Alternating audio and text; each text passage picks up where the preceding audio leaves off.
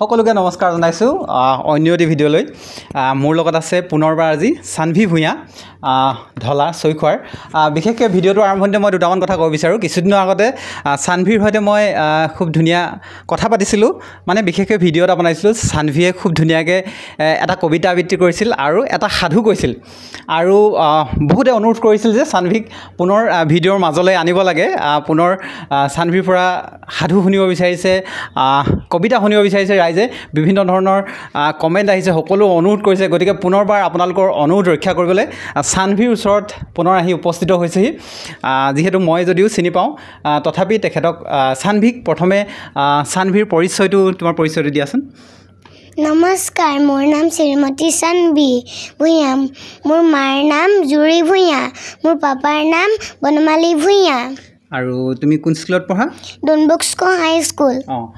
সানভিয়ে বিশেষকৈ Don Bosco হাই স্কুলত পঢ়ে ইংলিছ মিডিয়াম নহয় জানো হয় সানভিয়ে বিশেষকৈ মানে মই এটা কথা ক'ব বিচাৰোঁ ইংৰাজী মাধ্যমত পঢ়িও খুব ধুনীয়াকৈ অসমীয়া সাহিত্য জগতৰ ৰথী মহাৰথীসকল যিবিলাক গীত লিখি গৈছে বা যিবিলাক কবিতা লিখি গৈছে লগতে যিবিলাক সাধু লিখি গৈছে খুব ধুনীয়াকৈ গীত গায় সাধু কয় কবিতা আবৃত্তি কৰে কাৰণ তেখেতলোকৰ মাক আৰু দেউতাকে খুব ধুনীয়াকৈ তাইক শিকাইছে আৰু সাধু ক'বলৈও শিকাইছে গতিকে তেখেতলোকৰ মাক আৰু দেউতাক বিশেষকৈ মই ধন্যবাদৰ পাত্ৰ আদৰ্শ হিচাপে এগৰাকী আদৰ্শ মাক দেউতাক কাৰণ ইমান ধুনীয়া প্ৰতিভাশীল এগৰাকী শিশু গঢ়ি তুলিছে লগতে তাইতো খুব ধুনীয়া প্ৰতিভাৰ অধিকাৰী বিশেষকৈ আৰু আজি সানভিয়ে কি ক'ব প্ৰথমতে সাধু ক'বা নে কবিতা আবৃত্তি কৰিবা কি কৰিবা কোৱা কবিতা ঠিক আছে কবিতা এটা কোৱা নমস্কাৰ মই আবৃত্তি কৰিব লোৱা কবিতাৰ শিৰোনাম ন মাছ কবি কলাগুৰু বিষ্ণুপ্ৰসাদ ৰাভা অ' জুমে জুমে আহ কেঁচা সোণ আহ বনুৱাৰ দল ন পোহৰৰ জিলিক খানি যাওঁ আগুৱাই বল যুগমীয়া হাচতীয়া যা জাৱৰি মলি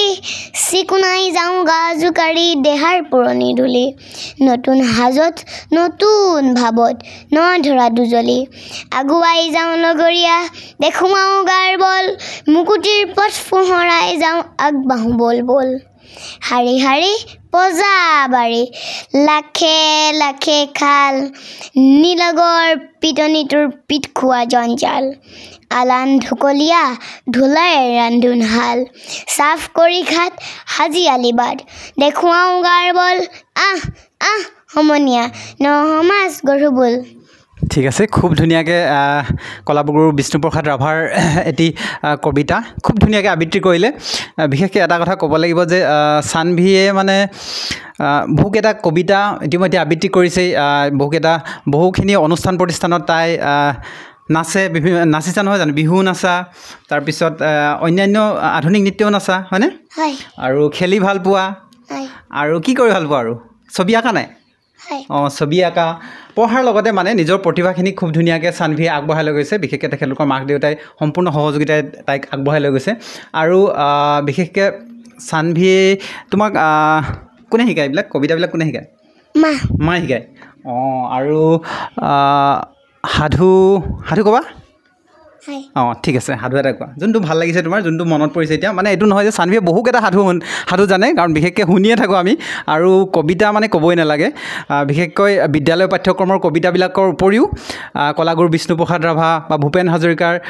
বিভিন্ন ধৰণৰ মানে সৃষ্টিশীল কবিতাবিলাক তাইৰ মুখত আমি শুনিবলৈ পাওঁ বিশেষকৈ এতিয়া সানভিয়ে এটা সাধু ক'ব নহয় জানো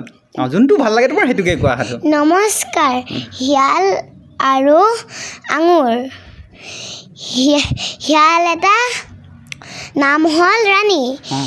সি ৰাস্তাৰ পৰা আহি আছিলে সি ওচৰতে এটা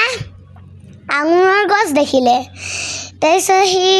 আঙুৰৰ গছটোৰ ওচৰলৈ গ'ল আৰু তাৰপিছত আঙুৰটো পাৰিম কেনেকৈ ভাবিলে তাৰপিছত মনত এটা আইডিয়া আহিলে সি জঁপিয়াই আঙুৰটো নাপায় জঁপিয়াই কেনে ভাবিলে কি যে এই আঙুৰটো বহুত টেঙা চাগে নেখাওঁ গুচি যাওঁ তাৰপিছত ঘৰলৈ গুচি গ'ল তাৰপিছত আমি সাধুটোৰ পৰা দুটা বস্তু শিকিলোঁ আমি যদি জোৰ কৰি যদি আঙুৰটো পাৰিলোহেঁতেন তেতিয়া আমি হেঁপা পলুৱাই খাব পাৰিলোহেঁতেন আৰু এই শিয়ালটোৱে জোৰ নকৰিলে সেইকাৰণে সি খাব নাপালে ধন্যবাদ আচলতে সাধুটো কৈছে সাধুৰ শেষত সাধুটোৱে কি বুজাইছে আচলতে খুব ধুনীয়াকৈ তাই বুজাই দিছে ইমান ধুনীয়াকৈ সাধুটোৱে গোটেই সাধুটো কৈছে আৰু সাধুটোৱেনো তাৰ কি সাৰমৰ্ম বুজাবলৈ চেষ্টা কৰিছে তাৰ অন্তৰালত থকা কথাখিনিও খুব ধুনীয়াকৈ তাই কৈ দিছে গতিকে পুনৰবাৰ আপোনালোকৰ মাজলৈ চানভি ভূঞাক লৈ আনিলোঁ আৰু ভৱিষ্যতত যদি আপোনালোকে বিচাৰে বা তাইও বিচাৰিব লাগিব গতিকে তাইকো সুধি লৈছোঁ যে তুমি আজি ফ্ৰী আছানে যদি ফ্ৰী আছা আমি কথা পাতিম গীত গাম গতিকে তাই কৈছে যে আহিব পাৰিবা খুৰা বুলি কৈছে সেইটো কাৰণে আমি আহিছোঁ তাইকো বহুত বেছি ডিষ্টাৰ্ব দিয়া নাই কাৰণ তাইও সৰু ছোৱালী আৰু চানভিয়ে তোমাৰ বিদ্যালয় তোমাৰ স্কুলত থকা কিবা কবিতা গাব বিচাৰিবা নেকি স্কুলৰ কবিতা কিতাপৰ तितली उड़ी उड़ न सके तितली उड़ी उड़ न सके बास में उठी सीटी न मिली बास में उठी सीटी न मिली तो रोने लगी सीटी न मिली तो रोने लगी बास का ड्राइवर बोला आजा मेरे पास बास का ड्राइवर बोला आजा मेरे पास हट बनमाश हट बनमाश हट बनमाश हट बनमाश हट बनमाश घर है मेरा पास हट बनमाश घर है मेरा पास हट बनमाश घर है मेरा पास চানভিয়ে খুব ধুনীয়াকৈ সাধু শুনালে কবিতাও আবৃত্তি কৰিলে আৰু এতিয়া চানভিয়ে এটা বিহুগীত গাব বিহুগীত জানানে গোৱা এটা বিহুগীত শুনিম আমি চানভিৰ পৰা পলাশ মদাৰ ফুলে ফাগুন কৰে ৰাঙুলি পচুৱাই উৰুৱাইলো ইটো শুকান বালি নাচিব পালে মোক নালাগে ভাতে পানী কোমলি আমনে নলৈ দেখোন বুজনি এহাই ঐ দেহি কেতেকীজনী বিনাহালে ঐ আকাশত বিনাহালে ঐ আকাশত উৰি ধন্যবাদ বহুত ধুনীয়াকৈ এটা বিহু গালে চানভিয়ে বিশেষকৈ মোক প্ৰথমতে শুনাইছিলে কণ্টকৰামৰ সাধুটো খুব ভাল লাগিছিলে আপোনালোকে খুব মৰম দিছিলে সাধুটো তাইক পুনৰবাৰ আনিবলৈ কৈছিলে গতিকে পুনৰবাৰ চানভিক আপোনালোকৰ মাজলৈ লৈ আহিলোঁ আৰু চানভি আজি কেনেকুৱা লাগিলে কবিতা আবৃত্তি কৰি কেনেকুৱা লাগিলে ভাল লাগিলে আৰু সাধু কৈ ভাল লাগিলে আকৌ আমি কেতিয়াবা আকৌ লগ পাম আকৌ সাধু শুনিম তোমাৰ আকৌ কবিতা আবৃত্তি শুনিম হয়নে তুমি আৰু কিবা ক'ব বিচাৰিবা নেকি না ঠিক আছে চানভি খুব ধুনীয়াকৈ গোটেই অনুষ্ঠানটো আপোনালোকে দেখিলেই এগৰাকী অনন্য প্ৰতিভাৰ অধিকাৰী কণমানি চানভি ভূঞা খুব ধুনীয়াকৈ আপোনালোকৰ মাজত আজি গীত গালে কবিতা আবৃত্তি কৰিলে আৰু সাধু ক'লে আৰু তেখেতলোকৰ বিশেষকৈ মই মাক দেউতাকক ধন্যবাদ জনাম বিশেষকৈ কাৰণ ইংৰাজী মিডিয়ামৰ বিদ্যালয়ত পঢ়িও খুব ধুনীয়াকৈ আমাৰ যেনেকৈ আগতে ককাসকলে আইতাসকলে সাধু শুনাইছিল মাক দেউতাকে খুব ধুনীয়াকৈ সাধু শিকাইছে বিখ্যাত মনীষীসকলৰ কবিতাবিলাকক অসমীয়া সাহিত্যৰ মনীষীবিলাকৰ যিসকল কবিতা লিখি থৈ গৈছিল সেইসকল কবিতাও খুব ধুনীয়াকৈ তাই শিকাইছে সৰুৰে পৰা সুনাগৰিক হিচাপে গঢ়ি তুলিবলৈ যাতে বহুত ডাঙৰ হৈ সুনাগৰিক হিচাপে গঢ়ি তোলে আদৰ্শ মানুহ হিচাপে গঢ়ি তোলে সৰুৰে পৰা